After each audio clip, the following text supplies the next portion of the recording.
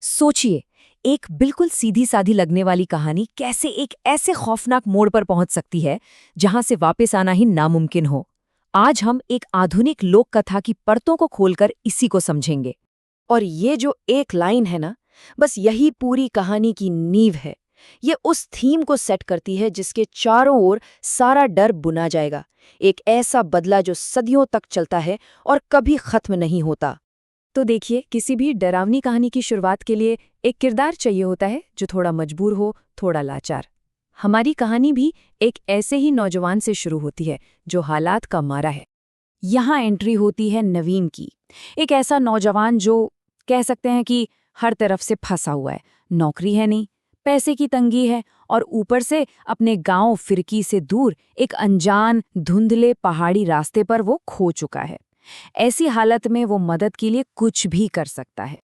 और कहते हैं ना, जब कोई इंसान सबसे ज्यादा डरा हुआ और अकेला होता है, ठीक तभी उसकी मुलाकात किसी ऐसे से होती है जिससे उससे कभी नहीं मिलना चाहिए था। और बस नवीन की जिंदगी में भी वही मोड़ आता है।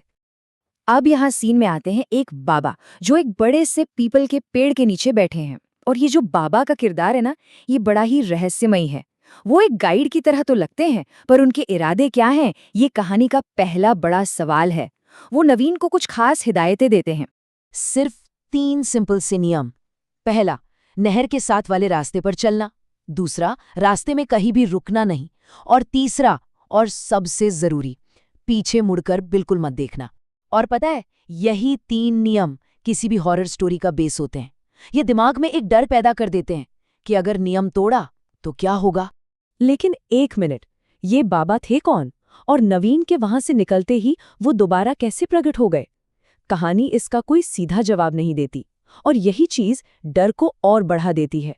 ये एहसास दिलाती है कि हम एक ऐसी दुनिया देख रहे हैं जिसके नियम हमें नहीं पता। तो चलिए, अब कहानी के उस हिस्से में चलते हैं जहां नौकरी का एक छोटा सा वादा एक बहुत बड़े श्राप की शुरुआत बन जाता है। नवीन पहुंचता है एक बिल्कुल टूटे-फूटे पुराने से बंगले में। वहां एक बूढ़ी औरत रहती है, और पूरा घर अजीब-अजीब चीजों से भरा पड़ा है। छोटे-छोटे आईने और लाल आंखों वाली काली गुड़ियाएं। मतलब माहौल देखते ही समझ आ जाता है कि यहाँ कुछ भी नॉर्मल नहीं है। और उस बूढ़ी औरत के नियम भी उतने ही अजीब थे। पहला, अपने काम से काम रखना। दूसरा, घर की किसी चीज को हाथ मत लगाना। तीसरा, कोई सवाल नहीं पूछना। और चौथा और सबसे अजीब, कभी भी उसके पीछे जाने की कोशिश मत करना। मतलब इन नियमों से वो नवीन को जैसे पूरी तरह से अकेला कर देती है, एक मोहरा बना देती है। एक हफ्ता बीत जाता है। अब नवीन को एक आखिरी काम मिलता है, बस एक छोटी सी पोटली। उसे अपने गांव में बलवंत सिंह नाम के एक आदमी को देनी है। यहीं से कहानी का सारा सस्पेंस उस बंगले से निकलकर इस छोटी सी पोटली में आ जाता है। और अब वो पल आता है जहां सारे राज खुलने लगते हैं।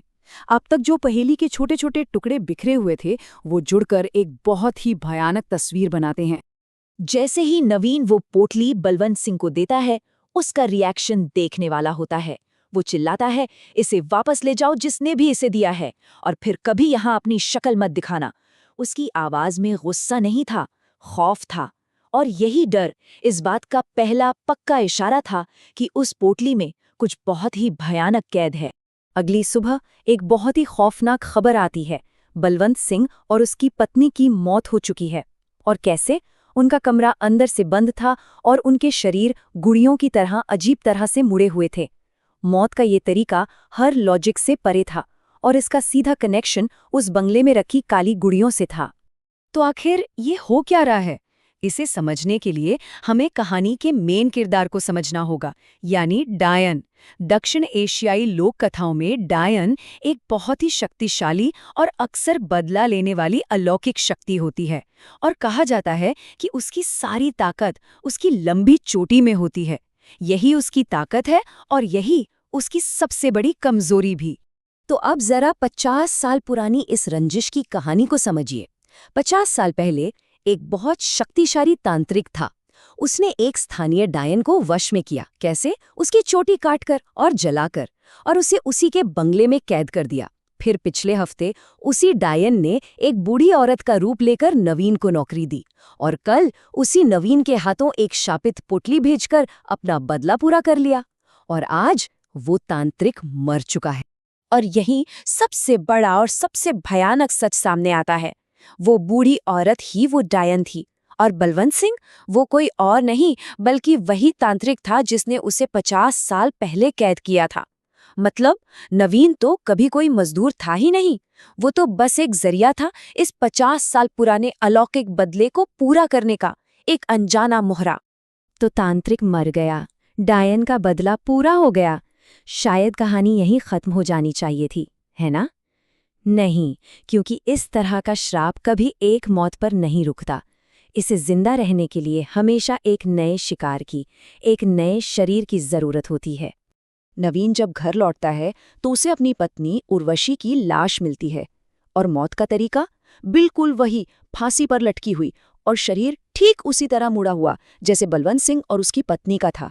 श्राप अब घूमकर नवीन के घर आ चुका था क्योंकि उसकी पत्नी ने गलती से वो पोटली खोल दी थी और ऐसा करते ही वो भी उस डायन के काले जादू का हिस्सा बन गई। तो देखिए नवीन की जिंदगी कैसे पलटी। कहाँ वो एक लाचार नौजवान था जो काम ढूंढ रहा था और अब वो डायन का नया मोहरा बन चुका है। जो कल तक हालात का शिकार था, आज वो खुद श्राप को आगे बढ़ाने का एक जरिया है। पैसों की मजबूरी उसे कहाँ ले आई, एक ऐसे अंतहीन चक्र में जहां से निकलना नामुमकिन है। और फिर रात की खामोशी में एक हल्की सी फुसफुसाहट उसके कानों में पड़ती है जो उसके अंजाम पर मुहर लगा देती है। वो अब फंस चुका है, हमेशा के लिए। अब उसे ही उस पोटली को डायन के बदले के इस कभी न खत्म होने वाले चक्र में अगले शिकार तक ले जाना होगा। तो आखिर में सवाल ये नहीं है कि डायन का बदला पूरा हुआ या नहीं, बल्कि सबसे खौफनाक सवाल तो ये है कि क्या ये बदला कभी पूरा होता भी है या ये सिर्फ एक शुरुआत है। ये एक ऐसी आग है जो एक से दूसरे को पकड़ती जाती है और नवीन अब उस आग को फैलाने वाला बन चुका है। बदला एक काम नहीं, एक चक्र है और इस चक्र का शायद कोई अंत ही नहीं है।